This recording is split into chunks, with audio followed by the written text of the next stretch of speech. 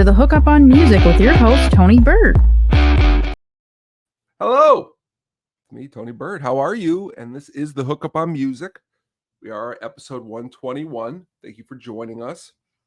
It is 4th of July weekend, day before, wherever you seem to be at this moment, getting yourself all ready for the parades with all the cool music. I was at a parade once, and there was this cool dude playing drums and being dragged on this trailer behind a car, and he was playing Tom Sawyer by Rush.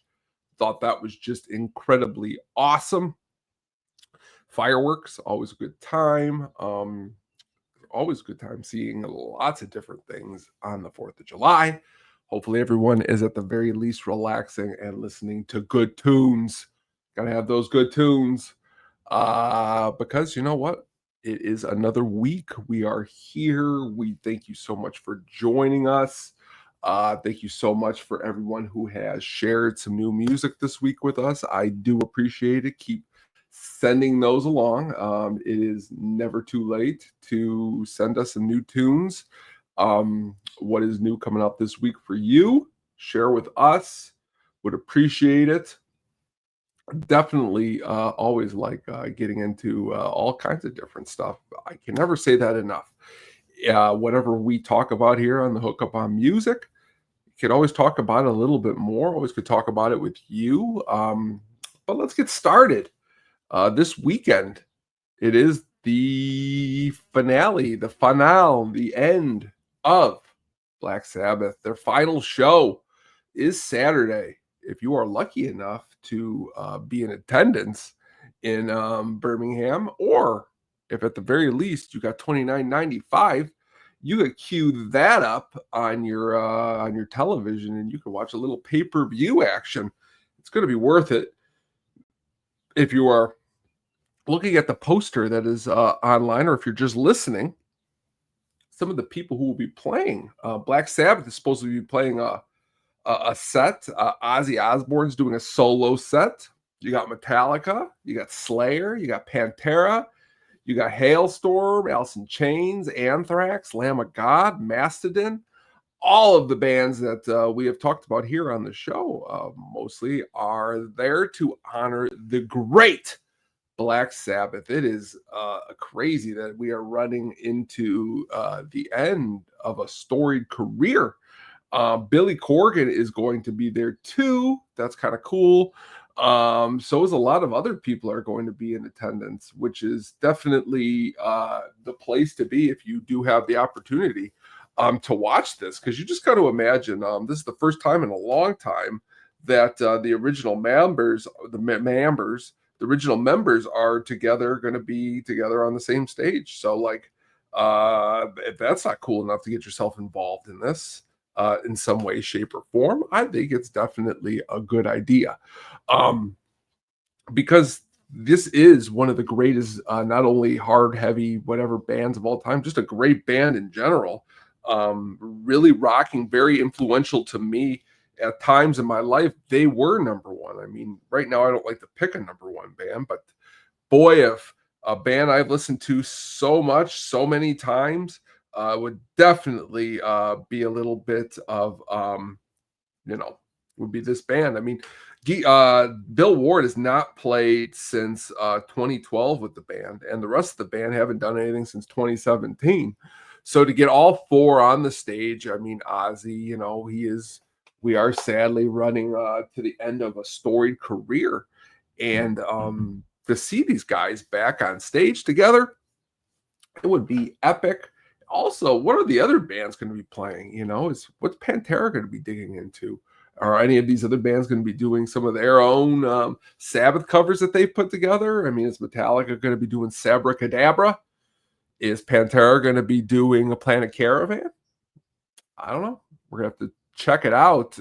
But is Anthrax doing some Sabbath Bloody Sabbath? I don't know.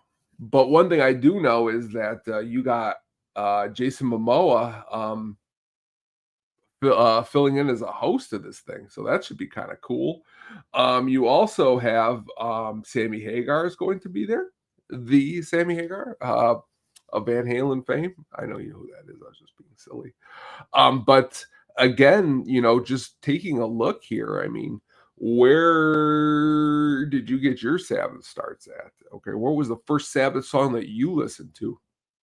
I mean, all of these albums that are on the screen here, all 8 of the, original Ozzy albums. They did come up with a ninth one, but these original 8, where would you originally like to think that you, would fit? Which one's the best? Masters of Reality?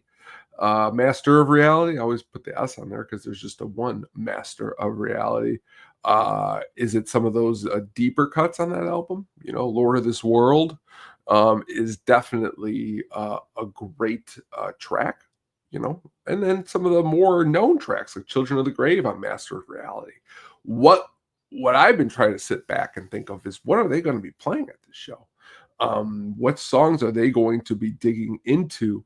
A song that I've been playing a lot lately is Never Say Die because you really just never know. I mean, I remember in those early 90s when No More Tears came out, he was going to do no more tours. He was done. It was the early 90s. Even had some family who went and checked it out. But no, no. I mean, in my own home, as a young lad, I was told to get into Volume 4, one of my personal favorites, Wheels of Confusion, Behind the Sun. Um, Changes is great. You know what I mean? Supernaut, Snowblind. The breakdowns in all the Sabbath songs are just amazing. So to really dig in deep of what they're going to play, I mean, you got to imagine they're going to be playing Paranoid, War Pigs, Iron Man. Now, those are 3 that I just think that they're definitely going to play. But what do I know? I'm not in there. I mean, should they play something off of Sabotage? Should they play Symptom of the Universe? I don't think I would complain, nor would anybody else who is a fan of such a amazing band. But, we're saying goodbye. Goodbyes are tough. Goodbyes are hard. Um, Even when it comes into the world of Black Sabbath, I don't like to say goodbye. But we have to, because sadly, some of our favorites are getting a little bit older and can't perform the way that they used to. And that's kind of why we're doing this. I don't know if Ozzy plans to do anything more with his solo career because I believe this is just a Black Sabbath goodbye, farewell. It's been cool if you have an opportunity to see all the bands that just arriving into town and honoring the great Black Sabbath. You have James Hetfield sitting on a park bench that is put together to honor Black Sabbath. The bands are already getting together. Slayer and Anthrax, I saw having dinner together. How fun would it be to get to be not only at the show, but if you were a band who grew up honoring such a legendary metal outfit as Black Sabbath, that you get to be picked to be a part of it. I think that that's one of the great things in this. And you take each member and you just see what they have brought to the table. Mr. Bill Ward, drummer. Um, Honestly, when you hear things like John Bonham of Led Zeppelin loved Black Sabbath and loved Bill Ward's drumming, you just know how rocking Black Sabbath had to be. Um, you go even on a song that you've listened to 100 times, like War Pigs, and listen to the drums in that. The fills, are filling. You know what I mean, to say the least. But you could even go back into the first album. Before that nib bass kicks in. You just got some straight up drumming. And honestly, when I got to go to Ozfest '97 and got to see the original Black Sabbath at that concert, it was like a dream come true because honestly, Paranoid was one of the first albums that I ever listened to in the hard rock department. Deep cuts on that album: Handed Doom, Electric Funeral. Not quite as deep as Fairies Wear Boots, but some of my favorites of all time. But the drumming and the rhythm that Bill put forth is amazing and not to be at all underestimated. So if it's been a while since you've listened to some Sabbath and focused in onto the drumming of Bill Ward, I don't think it would be a terrible thing if you did that to honor the band. Geezer Butler, the name Geezer, you got to understand as a young lad tuning into what Sabbath was up to and seeing that name Geezer, it stuck. It still sticks. The bass lines are forever amazing. Rewinding back to Hand of Doom, you know, to just the way the song is so sparsely started, and then just how heavy it is with the sledgehamming drums of Bill Ward mixed with that bass of Geezer Butler, made it for a very, very interesting, awesome mix. Geezer wrote a lot of the lyrics to Black Sabbath, which was something that he was really good at, as you can tell by some of the amazing songs that I've already forementioned. Some of the ones that I haven't mentioned, you can not look any further, like The Wizard. That song just rocks. Ozzy on a little bit of a harmonica, just rocking and rolling with the bass line. If it's been a while since you've checked out The Wizard, um, I would check out The Wizard. Actually, start with album 1 and work your all the way through. If you want to stop at 6, that's okay, because 7 and 8, besides Never Say Die, is definitely worth checking into. Guitar player, and to me, just one really awesome, awesome dude is, and we share the name. I'm Tony B. He's Tony Iommi, the Tony Iommi of Black Sabbath. This guy seems like he can go on forever. So I could be wrong in my indication that he's the one who really kind of wants to wrap up Black Sabbath. I just think it's just time, but he could go on forever. I mean, looks like he could play for a long, long time. Always found it cool who he rode with. Some of his best friends, Brian May from Queen. Best friends, them two guys are. Best friends with Bev Bevlin from Electric Light Orchestra. So you're saying to yourself, as heavy as and awesome as Tony Iommi from Black Sabbath is, hangs out with some really cool people who are equally awesome and heavy. So, and not in the way that you would automatically think, but just the guitar riffs, the guitar riffs, the guitar riffs. I mean, I think Sabbath is pretty much dead in the water if those guitar riffs are not brought to the forefront in a lot of these tunes. So I'm just kind of all around curious to see how this all wraps up, how the practicing has been going, because they have been practicing a lot for these shows. They're important to them because, well, it is Black Sabbath, and Black Sabbath is awesome in so many different ways. So again, going into a little bit, Mr. Iommi, that Gibson SG, going back to my own life, that's one of the reasons why I wanted one at a very young age, and I was able to get one, which was really, really cool, really young. And then by a chance of fate, I had a friend who also wanted a guitar, so I let him um, borrow it for the time being, and then he moved away, and well, maybe one day I will see that guitar again. But that being said, Tony Iommi left a lasting impact. Black Sabbath is a band that I think pretty much all those other ones that I mentioned, they wouldn't be on the bill if Black Sabbath wasn't just so important to them. Which is exactly what we like. We like importance. We like importance in music. We like importance in what we share. And and definitely, digging into some of the best of the best of Black Sabbath is definitely something that you can definitely take some time to do if you haven't in a long time. But if you at the very least just want something peaceful, and you're saying Black Sabbath peaceful, um is the song Changes, just about a breakup as he was going through. And just his vocal line is something that is definitely awesome, especially haunting, especially from a band that is as heavy as Black Sabbath is. So again, um, if you happen to get that pay-per-view, let me know what you thought because I'm gonna be definitely checking it out. All these bands are bands that I grew up with. Gotta see what's going on. Gotta see what is up. Um, and speaking of what is up, I think it's time that we've reached a little section that we got a little bit some new music.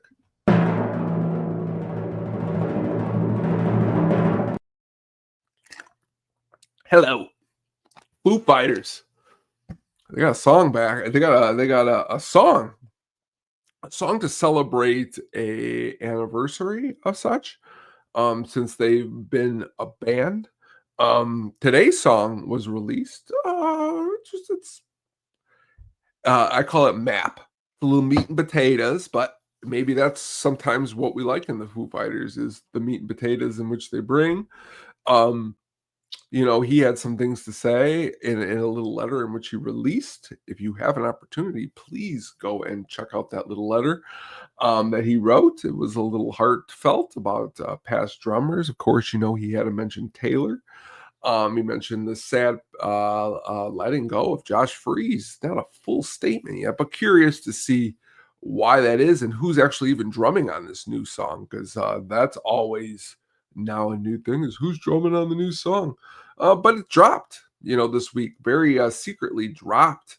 Um, Also getting word that soon some new Deftones will be dropping.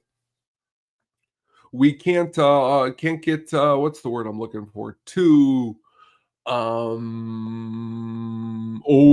Underly excited for Deftones because we love them. We want to be superly excited. They didn't play a lot of shows lately. Curious to see where they are and what they've been digging into.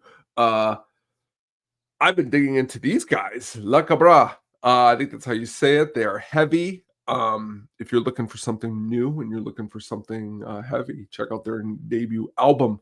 It is really rocking. It's got some good pace and some good speed. Definitely going to have some stuff that you're definitely going to be able to mosh to, which is definitely something that I personally never have any problem with doing. Love moshing some good tunes.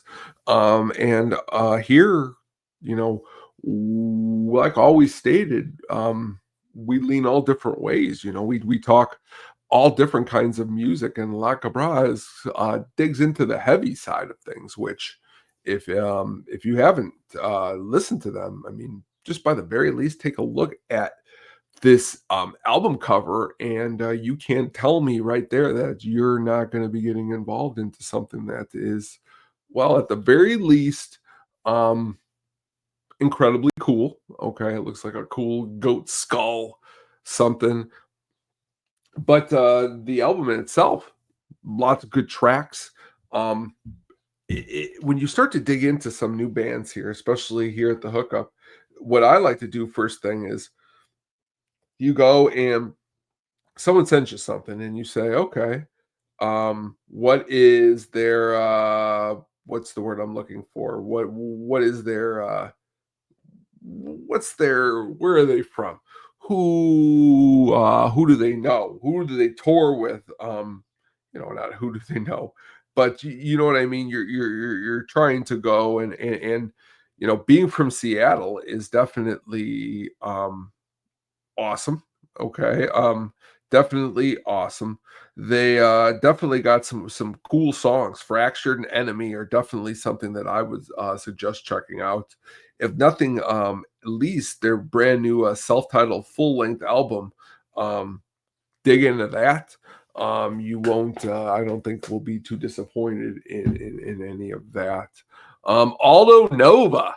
Aldo Nova. What music show do they ever going to hear about Aldo Nova? I heard about Aldo Nova at a very young age. Really, really hard rocking Canadian um, with a great debut album. Okay, that's what we're kind of talking about here today. Is this debut album? Okay, um, went double platinum. Okay, some cool tunes on this. Fantasy is what we're going to zero in on today, which was a debut single for Aldo Nova. It is a very, very, very heavy It's glammy. It's really rocking. Watch the music video, and it's got Aldo Nova with his awesome Gibson Les Paul guitar. Um, Aldo Nova is definitely a rarity in a case. Fantasy is definitely a song that, as a kid, when your parent is blasting this super loud, I would get a hold of the tape and I would put it in my little Walkman, and I would blast it even louder than it was playing in the car. And honestly, it's still a song that can't help but blast. Um, Aldo Nova, though, I mean, cool name. Sat around once talking about that name, Aldo Nova. Um, Not as cool as Tony B. Maybe it is. I'm kidding. It's a lot cooler than Tony B. But Fantasy is definitely a track to definitely take some time and dig into. What I always thought was cool was the helicopter sound at the beginning, which is incorporated into the music video. They made an extended version, which I got to dig into. That's 6 minutes and 14 seconds long. But it was definitely Aldo's first single. Fooling Yourself was his second single, which definitely kind of got him into going. Other players in the band, no one noticeable, but Aldo Nova pretty much played lead and rhythm guitars, the bass guitar, the keyboards, and the synthesizer on this album. That honestly, if you could find it on vinyl, be kind of cool little thing to have, because I don't think too many people got any Aldo Nova on their vinyl. Which who doesn't want a little Aldo Nova on their vinyl? Man, Paul Butterfield Blues Band, born in Chicago. If there isn't a song that you want to work out to, that's going to get you going more, and just want that dirty blues sound. I don't know what it is about this song, but to me, it rocks. Okay, it rocks just as much as the Black Sabbath. So if you're like, oh, I don't know if I like the blah, you know what? Then you're not. What's the word I'm looking for? Um, Listening hard enough. A song from 1965 was released by the Paul Butterfield Blues Band, which honestly just had a load and load and load of players. Mike Bloomfield, um, man, that guy could play the guitar. Sadly, we lost him at a very young age, 37 in 1981. But really, could he play the guitar? You could hear it on this song. Just a really, really cool song that was actually the opening track on Paul Butterfield's debut album, which man, talk about some players on that. Alvin Bishop on rhythm guitar. Yeah, that Alvin Bishop, you're like, oh, I'm not too familiar with him. You should be, because he's got this song called Fooled Around and Fell in Love. Classic little track right there. But Paul Butterfield, man, when you putting together a band, I guess that's a man who could really, really get the guys together to jam on a track that when forming and when coming together and gelling together, all the pieces were like an engine, and just going down the tracks. And honestly, another track just like Fantasy, that I can just listen into over and over and over and over and over and over and over and over. That whole album is one to really dig into.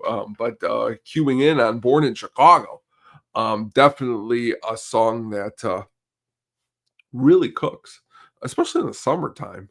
And in the summertime is definitely the best time. And that's honestly why here, after 121 episodes, there might be things that we talked about in episode 2 that we got to bring back. I mean, there's the things is there's just so much cool music and things that you definitely got to listen to it. And Born in Chicago is definitely one of those that this isn't the first time, last time, first time, anytime. We're talking about it maybe every episode. No, I'm just kidding. Just a great track right there. Um, What wasn't so great was a little bit of an embarrassment that happened that go down just this past week. Green Day was performing, okay? This is hilarious. And they were like, "We need a guitar player from the crowd. We need somebody." So they're like, "Okay, who are we gonna get? Who's gonna come up? Who's gonna say something? Who's gonna join this festivity of fun?" And well, who comes up as a gentleman. And they're like, okay, let's play Good Riddance, Time of Your Life. And your marks, get set, go. I don't know if they did that countdown like that. But what did happen was is the gentleman with the guitar from the crowd started playing Oasis. Wah, wah, Wonderwall, not Good Riddance. So Billy Joe got really upset really quickly and was like, give me that guitar back. That's not the song I wanted you to play.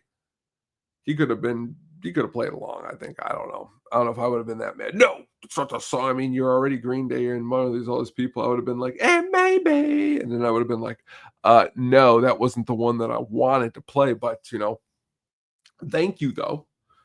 How would you feel? I mean, how did he even know who to pick? The guy even know who he was seeing? A lot of stuff goes into all of this, which is just a very interesting roundabout scenario for just a lot of ridiculousness. But I think when it comes down to it, Green Day being a punk band, they should have just improvised and punked that one up and not got so mad. But Green Day is a different little bit of a band now. This ain't the Kerplunk Green Day. So, you know what? Then maybe again, he should have known Good Riddance. I don't know. You let me know what you think about that. I'm curious on your thoughts. We are here, folks. We are here. It is a weekend to relax with family and friends. It is a weekend to get annoyed by fireworks that go on too late because you got dogs that definitely don't like them, like my dog. I like the fireworks, don't have a problem with them, but my dog doesn't. I love my dog. I'd rather have my dog than the fireworks. But we are here tonight to talk about, the Grateful Dead. The Grateful Dead are definitely a band that should be celebrated all the time, and we celebrate them all the time here. But specifically for the 4th of July, gotta wave that flag and wave it high and really high. But the thing about it all is that they got this song called the U.S. Blues, which we're gonna dig into here tonight. Because you know why? Why not? The lyrics. Okay, I got them pulled up right here so I don't make any mistakes. Red and white, blue suede shoes. I'm Uncle Sam. How do you do? Talking about Uncle Sam right off the bat, and you're telling yourself, this is a great little track about the holiday which we are celebrating. So, because we are celebrating this holiday, I just think that the U.S. Blues is a great one to play this holiday season. I got to see the Dead at a Rothbury Music Festival in Michigan. Now, this is back when Warren Haynes took over for the Garcia part, way before John Mayer put on a hell of a show. When they did U.S. Blues, it was the 4th of July, and of course, fireworks were going off in the back. It was crazy. It was nuts. People were waving that flag. Pop the bag, rock the boat, skin the goat. I'm Uncle Sam. That's who I am. Wave that flag, wave it wide and high. Time done, come and gone. My oh my.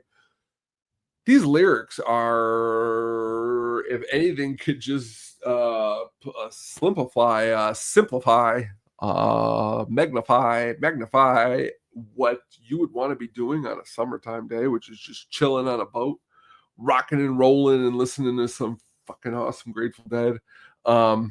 I would definitely say they got my flag, and I always wave it for the Dead. Not just this song. There's so many songs that you could play from the Dead. Not just the U.S. Blues that would get you going. From the Mars Hotel. If it's been a while that you checked out the Mars Hotel, the movie's pretty cool too. Go ahead and check that out. Anything. Just make a playlist of the Dead. You know what I mean? Just put playlist of the Dead with Tennessee Jed. Tennessee Jed. Okay, let's go Tennessee Jed. Let's go U.S. Blues. Let's go West LA Fadeaway. Let's go hell in a bucket, and then let's wrap it up with a little estimated profit. A little all over the place, like the music in which we love here at Hookup on Music. But I want to just say to everyone out there, I want everyone out there to relax. Okay. I want everyone out there to have a really good time. I want everyone out there to be careful. Okay. We love you out there. We love spending this time and talking these tunes. It is really cool and really groovy to have put together 121 episodes. The Hookup on Music salutes you, the listener, because if it wasn't for you, we wouldn't be rocking and rolling. So there are some really diehard fans from the very beginning, and I definitely appreciate all the new fans that are joining. And we're going to keep rocking and rolling through this because can you believe it? We're half of the year done. Half of the year is done here, and can't wait to see what we're going to bust out for the rest of the year. But please check out everything that we got going on at the hookup.com. Hookup, I said hookup.com on the Sadistic Studio, sadisticpenguinstudios.com. Check that all out. We got a lot of cool articles being dropped. My man Cotton, he's got some really good ones on the movie theater experience going down the tubes. Check out the brand new After Show, which will be dropping. It's going to be some really cool sci-fi, a really great soundtrack talked about. Check out the Bond stuff that we've been doing. Some cool music is involved with that. But if you can, just keep checking out everything. It's getting drafty in here. It's got a new show coming soon. We appreciate it. And we appreciate you. So everybody out there, I want you to have a very, very good rest of your weekend. I want you to rock out. I want you to wave that flag and wave it high and wave it proud, because I am Tony B, and this is the Hookup on Music. And we really, really thank you for joining us. And we will see you again soon. So take care, everyone out there. Have a good week. Thank you for listening. Please look out for the audio version wherever you jam.